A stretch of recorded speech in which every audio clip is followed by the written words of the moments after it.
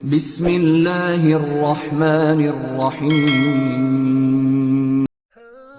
شفیق بن مسلمہ نے کہا کہ میں نے حذیفہ بن یمان رضی اللہ تعالیٰ عنہ سے سنا۔ حذیفہ رضی اللہ تعالیٰ عنہ نے فرمایا کہ ہم حضرت عمر رضی اللہ تعالیٰ عنہ کی خدمت میں بیٹھے ہوئے تھے کہ آپ نے پوچھا کہ فتنے سے متعلق رسول اللہ صلی اللہ علیہ وسلم کی کوئی حدیث تم میں سے کسی کو یاد ہے؟ میں بولا میں نے اسے اسی طرح یاد رکھا ہے جیسے حضور صلی اللہ علیہ وسلم نے اس حدیث کو بیان فرمایا تھا۔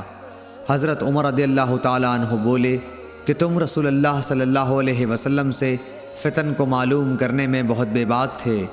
میں نے کہا کہ انسان کے گھر والے، مال، اولاد اور پڑوسی سب فتنے کی چیزیں ہیں، اور نماز، روزہ، صدقہ، اچھی بات کے لیے لوگوں کو حکم کرنا اور بری باتوں سے روکنا ان فتنوں کا کفارہ ہیں۔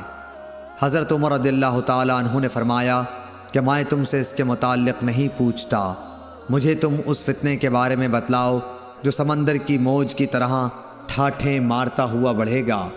اس پر میں نے کہا کہ یا امیر المومنین، آپ اس سے خوف نہ کھائیے، آپ کے اور فتنے کے درمیان ایک بند دروازہ ہے۔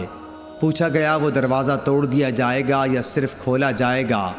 میں نے کہا کہ توڑ دیا جائے گا۔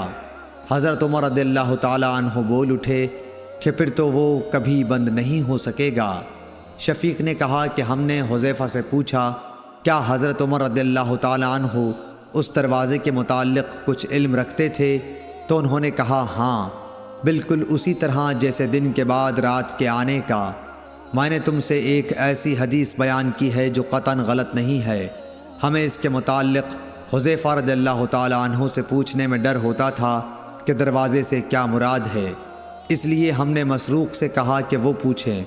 انہوں نے دریافت کیا تو آپ نے بتایا کہ وہ دروازہ خود حضرت عمر رضی اللہ تعالیٰ عنہ ہی تھے۔